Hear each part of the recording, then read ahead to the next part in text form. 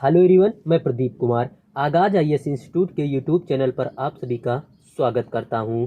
तो आइए आज के इस वीडियो में हम लोग बात करने वाले हैं भारतीय अर्थव्यवस्था। भारतीय अर्थव्यवस्था से रिलेटेड यूपीएससी के प्रीलिम्स और मेंस के लिए आज के जितने भी करंट अफेयर के टॉपिक बनते हैं हम आप लोगों के लिए लेकर आए हैं। तो चलिए देखते हैं। तो देखिए, प्रीलिम्स के लिए जो टॉपिक है वह कोयला संयंत्रों के बंद होने से जुड़े जोखिम, स्वच्छ ऊर्जा की ओर संक्रमण, फंसी संपत्तियों के जोखिम, सार्वजनिक क्षेत्र के बैंक और गैर बैंकिंग वित्तीय संस्थान है। और मेंस के लिए जो टॉपिक है वह कोयला संयंत्रों के बंद होने से जुड़े जोखिम है। तो चलिए हम यूपीएससी के प्रीलिम्स और मेंस के इन सभी टॉपिक के बारे में पूरे विस्तार से चर्चा करते हैं। तो देखिए चर्चा में क्यों है, आइए समझते हैं।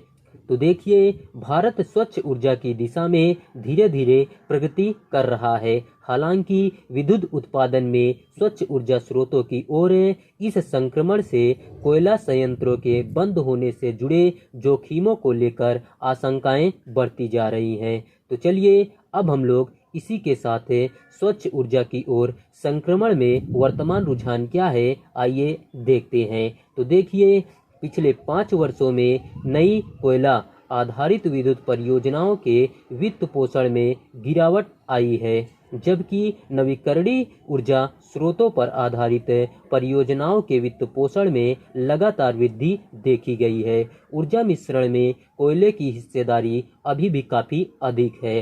भारत में नवीकरणीय ऊर्जा उत्पादन क्षमता में उल्लेखनीय वृद्धि दर्ज की गई है। वर्ष 2022-23 में कुल ऊर्जा क्षमता में नवीकरणीय ऊर्जा की हिस्सेदारी 41% रही, जो वर्ष 2011-12 में 32% की वृद्धि दर्शाती है। इसके अतिरिक्त वर्ष 2017 के बाद से कोयला चालित विद्युत उत्पादन की तुलना में नवीकरणीय ऊर्जा क्षमता में वार्षिक वृद्धि हुई है। बिजली मिश्रण में स्वस्थ ऊर्जा लगभग 23% तक बढ़ गई है, जबकि भारत की वर्तमान ऊर्जा जरूरतों का 55% से अधिक को अभी भी कोयले से पूरा किया जा रहा है। वैश्विक तापमान वृद्धि को 1.5 डिग्री सेल्सियस से नीचे रखने के लिए हरित ऊर्जा की ओर इस संक्रमण में तेजी लाना आवश्यक है।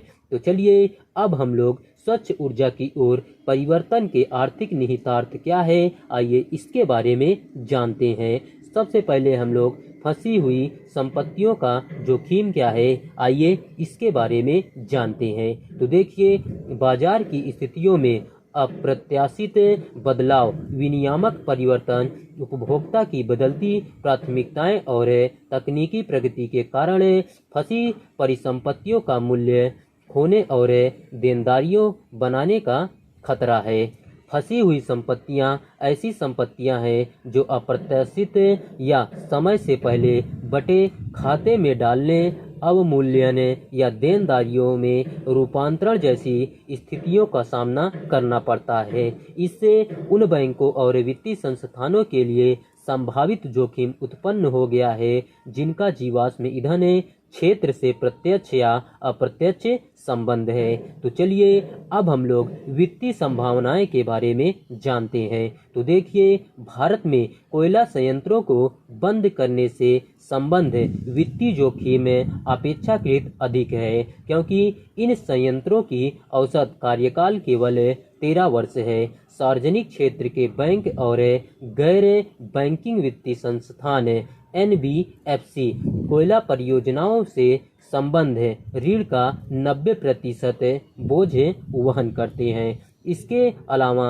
निजी बैंकों ने कोयला आधारित थर्मल पावर प्लांटों का वित्त पोषण करना काफ़ी कम कर दिया है। तो चलिए अब हम लोग क्षेत्रीय कमजोरियों के बारे में जानते हैं। तो देखिए, छत्तीसगढ़, उड़ीसा और झारखंड जैसे क्षेत्रों में राज्य की कोयला बिजली क्षमताओं में तनावग्रस्त संपत्तियों की हिस्सेदारी अधिक है, क्रमशः 58%, 55% और 27% है। इससे परिसंपत्ति अवमूल्यन के कारण उनके वित्तीय हानि का सामना करने का जोखिम बढ़ गया है, क्योंकि भारत सतत ऊर्जा प्रथाओं की ओर बढ़ रहा है। आगे की राह क्या है, आइए देखते हैं। तो देखिए, कठोर नियम और विनियम निवेशकों को कोयले से नवीकरणीय ऊर्जा स्रोतों में एक सहज एवं पुनर्नुमानित संक्रमण प्रदान करते हैं। सरकारों के लिए आवश्यक है कि वे इसमें शामिल सभी पक्षों के लिए जोखिमों को कम करते हुए इन स्रोतों की ओर कदम बढ़ाए। जीवाश्म ईंधन पर निर्भर संपत्तियों से धन को उत्तरोत्तर नवीकरणीय ऊर्जा परियोजनाओं में स्थानांतरित करके वित्तीय संस्थान अपने निवेश पोर्टफोलियो में विविधता ला सकते हैं। वैश्विक स्थिरता लक्ष्यों के अनुरूप यह कार्रवाई फंसी हुई परिसंपत्तियों से जुड़े खतरों को भी कम कर सकती है। तो चलिए, आज का वीडियो यहीं पर समाप्त होता है। तो देखिए, अगर आप लोगों को इसका पीडीएफ चाहिए तो इसका पीडीएफ आप लोगों को टेलीग्राम चैनल पर मिल जाएगा। टेलीग्राम चैनल का नाम है आगाज आईएएस इंस्टीट्यूट और टेलीग्राम चैनल का लिंक आप लोगों को इस वीडियो के डिस्क्रिप्शन में भी मिल जाएगा। आप लोग यहां से भी जाकर टेलीग्राम चैनल को ज्वाइन कर सकते हैं और पीडीएफ डाउनलोड कर सकते हैं। तो चलिए, अब हम लोग मिलते हैं नेक्स्ट वीडियो में। धन्यवाद। Keep learning, keep growing.